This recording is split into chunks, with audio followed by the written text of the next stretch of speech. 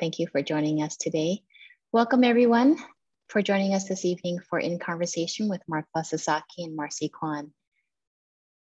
Before we get started, we'd like to acknowledge that we are on unceded ancestral homeland of the Ramaytush Ohlone, who are the original inhabitants of the San Francisco Peninsula. As Indigenous stewards of this land and in accordance with their traditions, the Ramaytush Ohlone have never ceded, lost, nor forgotten their responsibilities as the caretakers of this place, as well as for all peoples who reside in their traditional territory. As guests, we recognize that we benefit from living and working on their traditional homeland. We wish to pay respects by acknowledging the ancestors, elders, and relatives of the Ramaytush community and by affirming their sovereign rights as First Peoples. Tonight's event is part of re.flect, a program series that spotlights one of the gallery's artists each month, offering in-depth access to their creative practice and processes. For the month of October, we are pleased to present Mark Baugh-Sasaki solo exhibition, A Place as Remembered, that runs till October 30th. A Place as Remembered is an exhibition of new work by Mark Baugh-Sasaki that examines landscapes, experiences, and memories through the concept of polysemy. This idea refers to the coexistence of many possible meanings for a single word or phrase. Applied within the framework of landscape, Baugh-Sasaki explores the possibility for concurrent experiences and multiplicity of meanings attached to a single place. Landscapes are a repository of human existence as we each imbue a place with our own individual memories, experiences, and paradigms. This additive reality exists within ourselves as past memories of a specific place coexist with our contemporary experiences of it. But what is the nature of this engagement when the landscape itself fundamentally changes? To learn more and to view the exhibition, please visit at 1632 Market Street or online at re.riddle.com. Now let's meet our guest speakers. Marci Kwon is Assistant Professor of Art History at Stanford University and co-director of Cantor Art Center, Asian American Art Initiative. At Stanford, she is faculty affiliate of Modern Thought and Literature, the Center for Comparative Studies in Race and Ethnicity, Asian American Studies, and Feminist and Gender Studies. She is author of Enchantments, Joseph Cornell, and American Modernism, published this year through Princeton. And her work has appeared in Third Text, Modernism/Modernity Print Plus, and edited volumes on social art history, self-taught art, and the early history of the Museum of Modern Art. She's the recipient of Stanford Asian American Teaching Prize, CCSRE Teaching Prize, Phi Beta Kappa Teaching Award, and the Women's Faculty Forum Inspiring Early Career Academic Award. Mark Baugh-Sasaki is an interdisciplinary artist whose art practice focuses on our connection to place through embedded narratives in both the built and the natural landscape. He received his BFA in 2004 from Carnegie Mellon University and his MFA in 2017 from Stanford University. His work has been exhibited nationally and internationally, most recently at YBCA in 2020 and 2021. He has been a resident at Headland Center for the Arts and an honorary James Irvin Fellow at Jurassic Resident Artist Program. He is a recipient of the Hopper Prize and the Cadogan Award, and his work is included in the public collections at Recology Artists in Residence Program and the University of San Francisco. Welcome, Marci and Mark. We're honored to have you speaking with us this evening, and I'll let you take it from here.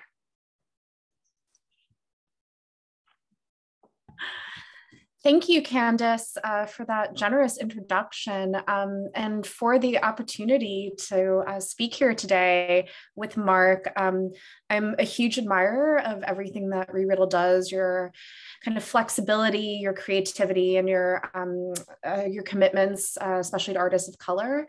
And I'm a big fan of Mark's work, so it's very exciting to be here.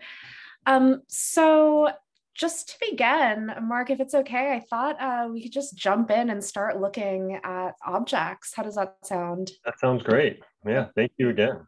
Great.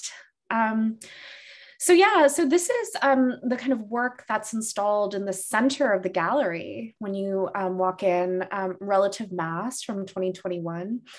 And what strikes me kind of initially, even just looking at it on screen, is the list of materials: redwood, steel, string, and rock. And you kind of designate the provenance of them as the Mendocino coast. So I was just wondering if you could start by talking a little bit about the materials in this work. Yeah. So for me, I was kind of so this piece was I kind of started at the beginning of the pandemic, and I was kind of going through this kind of anxiety over both the pandemic, but also kind of these like changing like my changing life, right? We just had our daughter, my dad moved in, my dad, who's 95 years old, moved in with us at the start of the pandemic as well. And so, I was kind of dealing with all of these different pressures and different kind of weights on myself and my practice. And so I was kind of going through these like existential, like, am I going to be making work anymore? Do I feel, I don't know. And so we were, I have this connection. My dad and I have always gone to the Mendocino coast to go mushroom hunting, and we've done it since I was a little kid. And so I've had this like connection to there. And at the beginning of the pandemic, we spent, about a month and a half up there. The whole family, everybody, the cats, the baby, everybody. And so while I was up there, I didn't have any of my tools, my studio, or access to my studio, and I was kind of trying to figure out, like, do I want to make something? And it's like, okay, I just need to start. I need to make something, do something, just to kind of get my brain moving again. And so I actually found this piece of wood on a bike ride that I later went back with my car, and it was just a redwood plank, and I had access to a saw, and I created these strips to start to like build. And I kind of like was starting to think about home and place, and so kind of again that form at the top. And I wanted to kind of again think about that like weight, and I knew I wanted to have this kind of this being able to express that weight through the way the material would be bent or affected. And so I really wanted that like bend of a wood curve. And so, trying to think about what I would use and I really thought like a stone from the Mendocino coast would be kind of that like perfect weight to kind of like, as like it's both a place that was like my anchor, but also like it's changing and shifting through these different like through climate change, and like how like and fire, and all these different kind of human-made actions on kind of the environment. And so I really want to take elements from the environment, things that I've found, and kind of create this piece that kind of illustrates that weight. And it's also kind of the piece that set the tone for the rest of the exhibition. Yeah, I think it's so interesting. One of the themes that comes out in Candace's statement about this, and even just in how you're talking, is the kind of specificity of both the time and place and how important that is to your work. And just thinking about the specificity of this at the beginning of the pandemic, and that kind of gut check moment, I think in different ways for all of us, and a very familiar, I have to say, feeling like, what am I doing? What am I doing with my life now that I'm like shut in and like the world feels like it's like dissolving or something? And I guess I want to talk about the materials, and particularly this like incredible bend in the wood. But first I want to ask, that moment that you describe from, do I want to make something? And then I have to make something. It seems like there's a shift that happens. And I was just wondering, I mean, this is like my own personal interest right now. Like, if you could talk about about that moment, that do I want to shift it into I have to? Yeah, I think I was kind of, I was feeling I kind of, even previously before the pandemic, I was really trying to like figure out like what I hadn't made work for maybe 6 months to a year. And so I was kind of really trying to like figure out what I was doing, and finding that I was almost getting kind of depressed. And like I just didn't want to do anything. I didn't want to make anything. And I was trying to like felt really aimless. And I needed to give myself some kind of like focal point, just a horizon to kind of aim for. And I think that's kind of what making, like building things, making art does for me. It kind of gave me that like point that I could kind of just be like, okay, here's what I need to do. I need to just focus on that. And if I can just start that process, it's kind of just like one foot in front of the other, and being able to just kind of like, okay, just a little bit. I'll just build this, and whatever that means, I will move on, and like maybe I can do something else, and try to like what next action can I take to like what's the next foot forward, and like just little bit, and kind of slowly kind of get forward momentum. And so I think that's where like building, where it was kind of, it went from just like what am I doing to just like, okay, I need this to just move me forward. Yeah, that's I think that's very wise, this idea that you can't just like do everything immediately, even though I sometimes imagine that's how it will happen. It just like actually takes this accretion of incremental moments.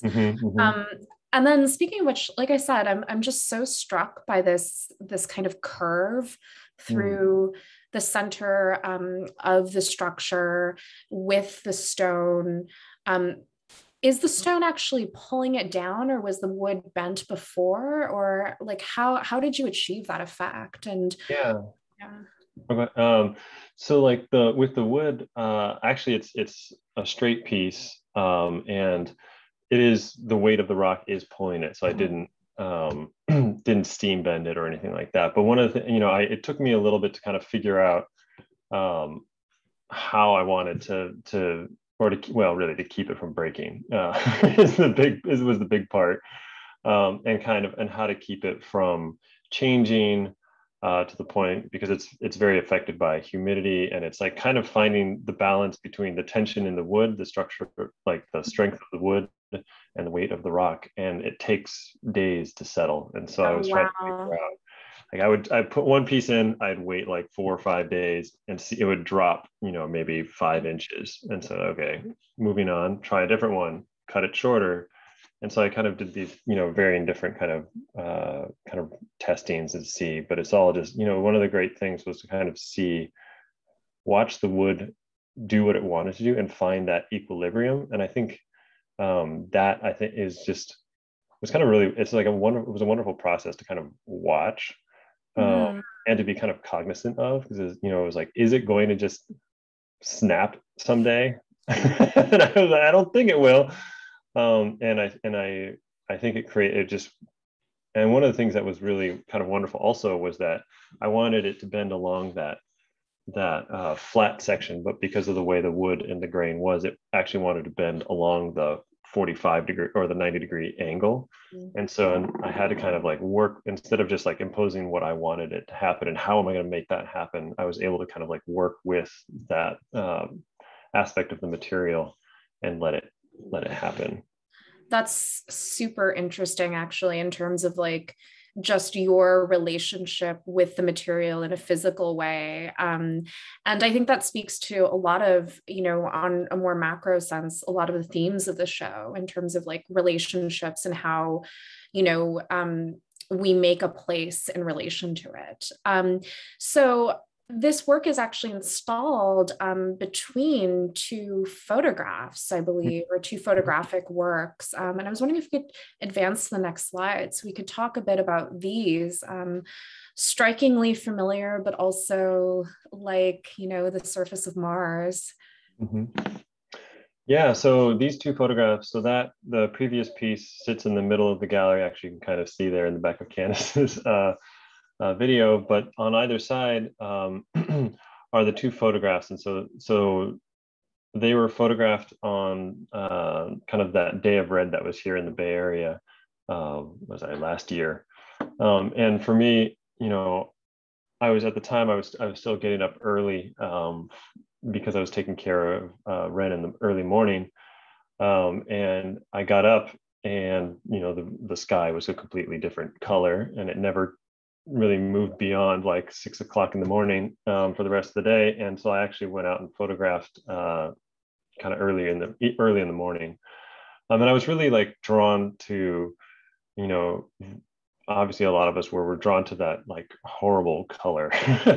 um, and uh, and so like the image on the left it's a dark red image. It's almost black, and I kind of wanted what the subject matter of the photograph to kind of emerge from that darkness. And so it's just, it's a patch of earth up the hillside behind our house. And I just wanted to kind of, it was like that everyday, just, it's just a patch of earth, and nothing particularly special about it, but it was something that like really personified that really intense, like something familiar that is just, completely transformed by this light and this circumstance of those fires. And then the image on the right is called Earth Sky, and it's actually two images. The top photo is a photograph of the sky, and the bottom photograph is a photograph of the bay. And so I wanted to pair them together to kind of create this, earth and sky, as well as creating something that's like this kind of, if you don't know what it is, this beautiful gradient. And you love to just look at it, but then as you like understand what it is, you kind of have this anxiety, and so the two kind of create this like anxious energy between the two that kind of echoes throughout the show, and particularly, and this is also 8 feet tall, so it's about as wide as a person as well as me, and and it's taller than me, so I wanted that kind of scale to kind of, as people kind of experience it, they kind of become enveloped in this orange.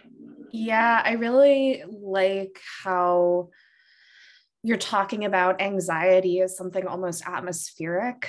That is very familiar to me, but also the kind of like horror of waking up that morning. Like it was, and also like waking up that morning,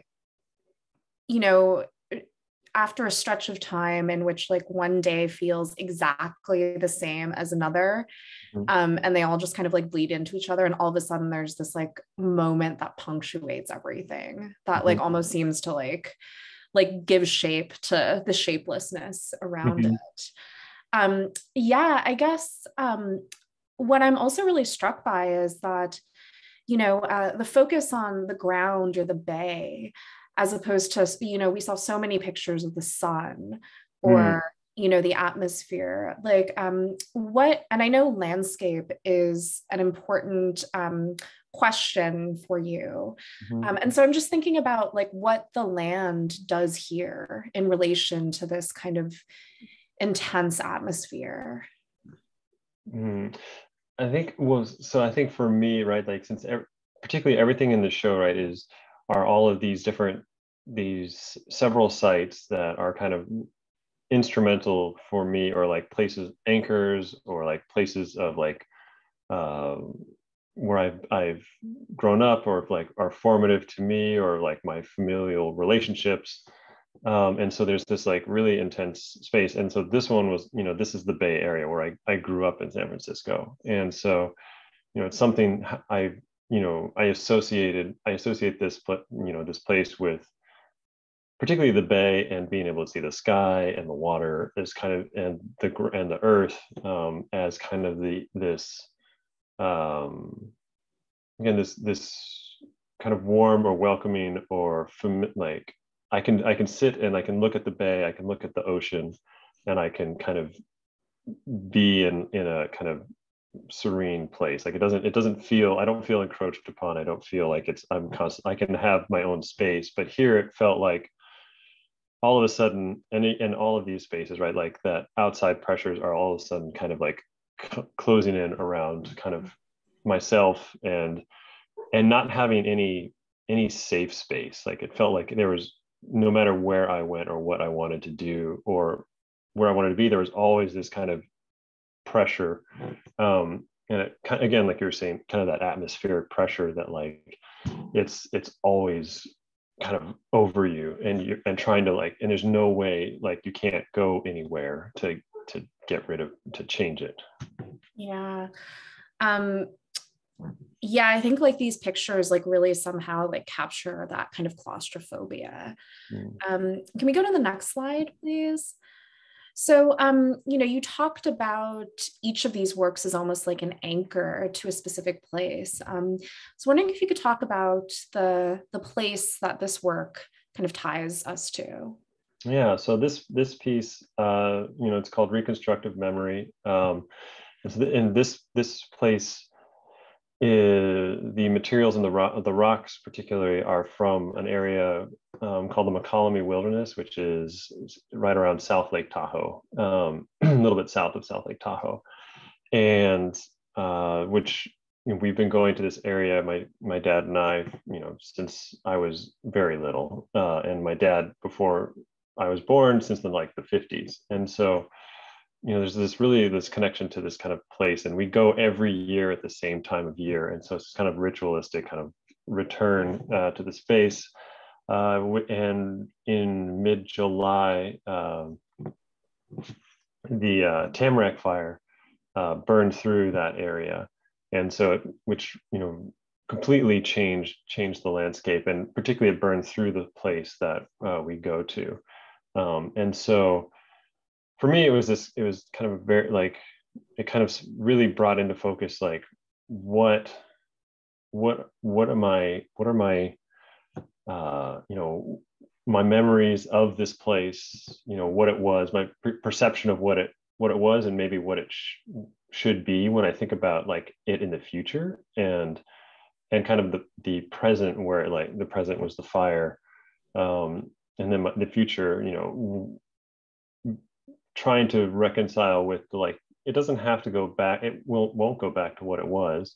It'll go back to something new or different, and being okay with that, and I think that's and not trying to like rebuild it to the way I remember it and trying to get those memories back. It's reshaping into something different, and it's not destroyed, it's just different, and so I think that's, oh, sorry, go ahead. Oh, go ahead, sorry. No, I have there's so many questions, but keep going, please.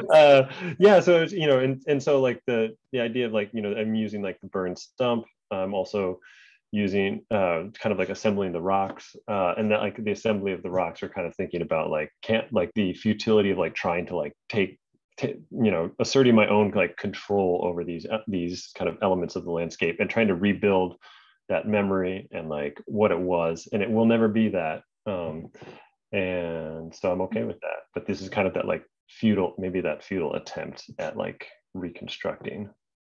Yeah, I mean, I think what strikes me in just what you just said, and really the line that goes through all of your work, feels like the layers of the personal and memory and the temporal, as well as the kind of environmental and the different scales of time and experience that are being brought together. But I wanted to ask about, the idea that these fires are in fact not, are encouraged by, and in fact, like the product of global warming, a entirely like human-made disaster. And so where does the kind of, I guess, the world in which these things are created and not just happening, like how does that like kind of impinge or kind of flow through your work? Sorry, do you mind repeating that? Sorry, that's just I was just kind of thinking on the fly there. I mean, it's you and I have talked previously in previous conversations about landscape, and the fact that American landscape paintings, even like earthworks are works that are in some ways created to manage the land, or to manage our perception of it, to create a notion of a pristine, untamed wilderness, which suggests that, the categories of quote unquote, we also talked about this, what's natural and what's not natural are not so easily separated. And in fact, the entire world's like a system that's being affected by, human beings and our presence on this planet. So I'm just wondering, like, where, what the line between kind of feeling that that's something you should fight or change versus, trying to accept that. And that's a question that I have for myself all the time, which is why I'm asking you. Yeah, no.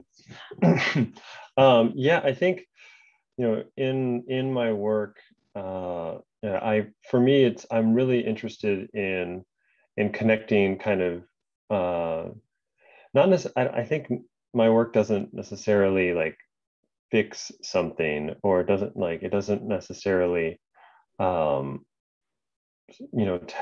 you what to think. And I think we're all kind of connected to the world, no matter how we feel about it. We're all connected there.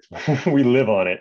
And so I think the way for me to kind of engage with people in that aspect is to create work that connects through story and narrative, like human narrative, and to think about how, like, getting folks to think about their own stories and their own connections to place, and everybody feels strongly about where they are and their surroundings. And so to kind of, hopefully people start to think about their connections and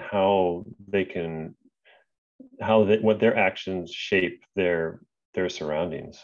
Yeah, no, I think that's a really great answer in terms of like bringing awareness to like the structure of how people relate in the first place.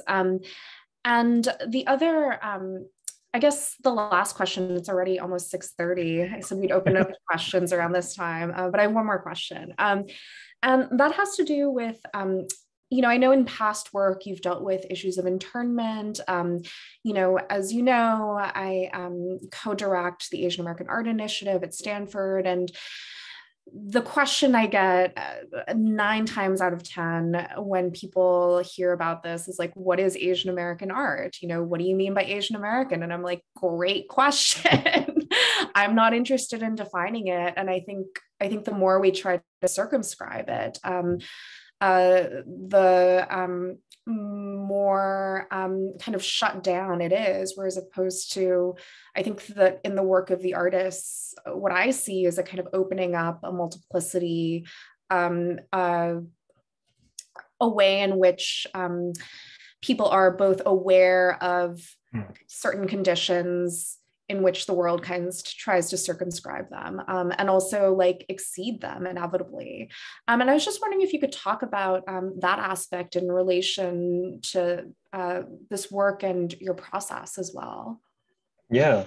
So like, as I was kind of like developing as like an artist and kind of in undergrad and kind of figuring out what I really wanted to do, I was making different work, often sometimes working with my like Japanese American background and kind of internment, and making more didactic work, I think, at the time. And as I moved through, I was trying to figure out how I wanted to talk about it, how I wanted to involve, how it can be more broad, and how I can kind of like widen that conversation, not just about like my background, but also to things that I'm also interested in.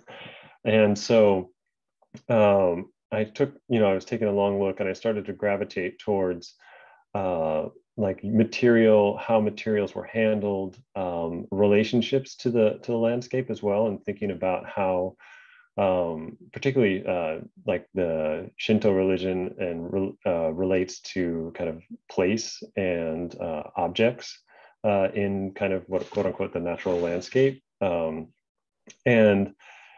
so I started to kind of bring that into my work. And so like in particular in this case, right, this is, I wanted to kind of create this sculpture, and the base I used, I burned the base, you know, and the burn, you know, talks about the fires, but it's also, you know, a technique called shosugiban, which is essentially you burn the wood, you scrape off the excess, and then you treat it with an oil, and it seals it, and it becomes this kind of like really wonderful warm black.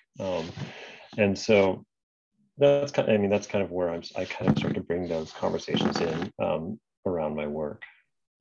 Yeah, it's process, and even in just what you described, you know, the kind of process which is of a particular origin takes on all of these other meanings in relation to the rocks from a place that was itself burned, you know, so it's it's always expanding out. And I just, you know, I love one thing you mentioned previously, which is just the suspension of the rocks. I think I mentioned to you, it always looks to me like it's almost like you've thrown a handful of rocks in the air and just like caught a snapshot of them. And I was wondering if you could talk about like the relationship between your photographic processes and this, you know, your more sculptural processes. Yeah, this, I mean, that's kind of, you know, thinking about like this sculpture, right? It's this sculpture and most of the other sculptures as well. It's kind of these like moments frozen in time,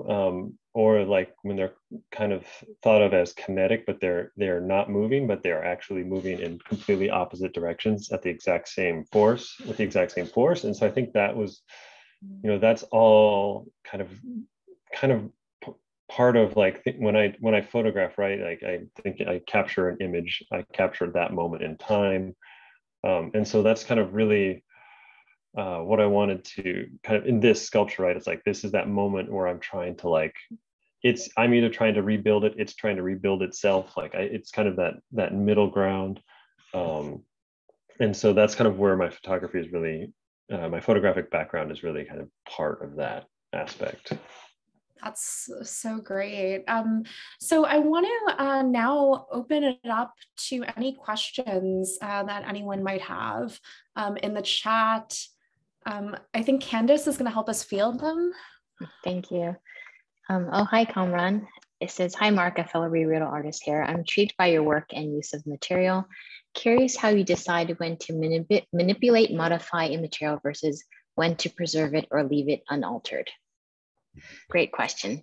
Yeah. I think, you know, as I'm like working, you know, figuring out how to like either modify it, transform it, I definitely, as part of my work, I will always transform it in some way. So I try not to like, for myself, I don't leave it alone because it's about kind of that human hand that like, that will be seen, whether it's, you know, if it's the rock placed on a pedestal or like it being wrapped in steel. I don't do a lot of carving per se, but I'm kind of really in love with the natural characteristics or the innate characteristics of the materials of the rock. So I'm trying not to like, I don't carve stone. You know, I minimally affect wood. So, you know, that has like 5 cuts, 7 cuts on it. And I'm not doing those things. But, you know, then there's the house, right, where it's like, that was actually a construction, like a piece of redwood siding for a house that I had found. And so it was already kind of modified, and I modified it further. And so like, that's the line. Like if I find something in its more like initial state, then versus something that's been more heavily modified, then I will either continue to modify it or kind of like find a way to like let it have its own voice. Great. Who knows? While we're waiting for any other questions to come in, Mark, I just want to ask you a question that I think is always one that I'm curious about, but like having just completed a big project, when people ask me this, I'm like, which is, you know, what are you working on now and what's next for you? Yeah. So the next thing that's coming up, you know, these are always like you work and you work and you work and you work and you push and push and push and and then you're done. And you're like, wow, that was awesome. And then there's this like, okay, this void where you're like, okay, now what?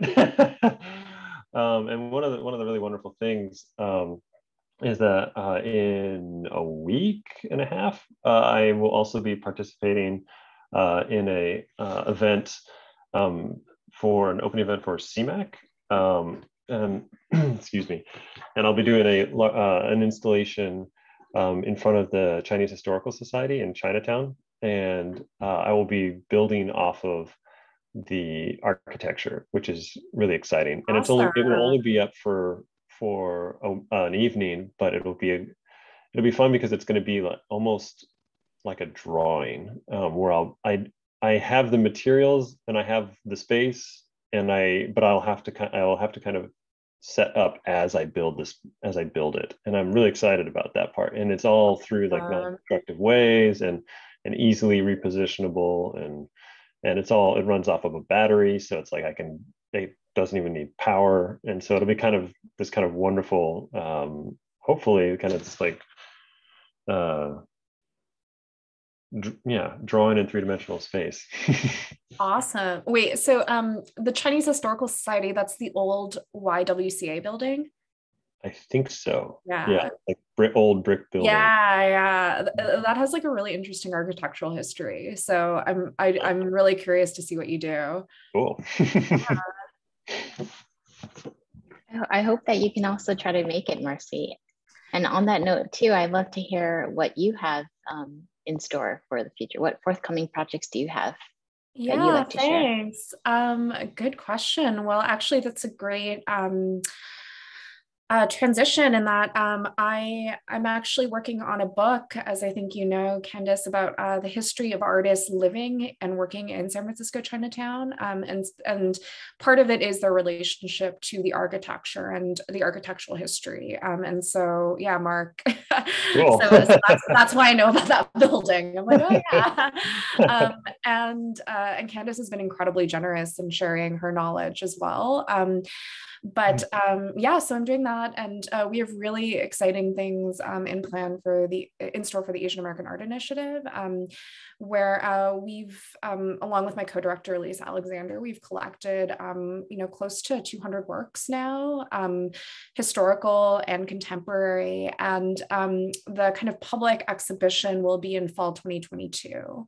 That's curated by Lisa with the amazing title East of the Pacific. Yeah, so I think that, one thing, as I kind of mentioned previously, that we're interested in is really trying to break away from a monolithic kind of conception of identity, even one that's in solidarity, although that's really important, obviously. We're interested in highlighting the disjunctures, the incongruities, the gaps, even within a singular artist practice. Wonderful. Thank you so much, Marci and Mark, for your time today and sharing, talking about rich topics relating to our most recent history and of further history and contemporary times. Thank you everyone for joining us this evening. And thank you, Camille and Ellen. It's good to see you. Oh, thank you, Becca and Camille. Everyone's saying hi. Thank you. Thank you everyone for joining us from far and wide.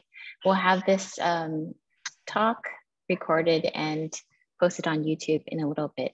Have a good evening, everyone. Thank you so much. Bye. Thank you, everyone. Bye-bye. Bye.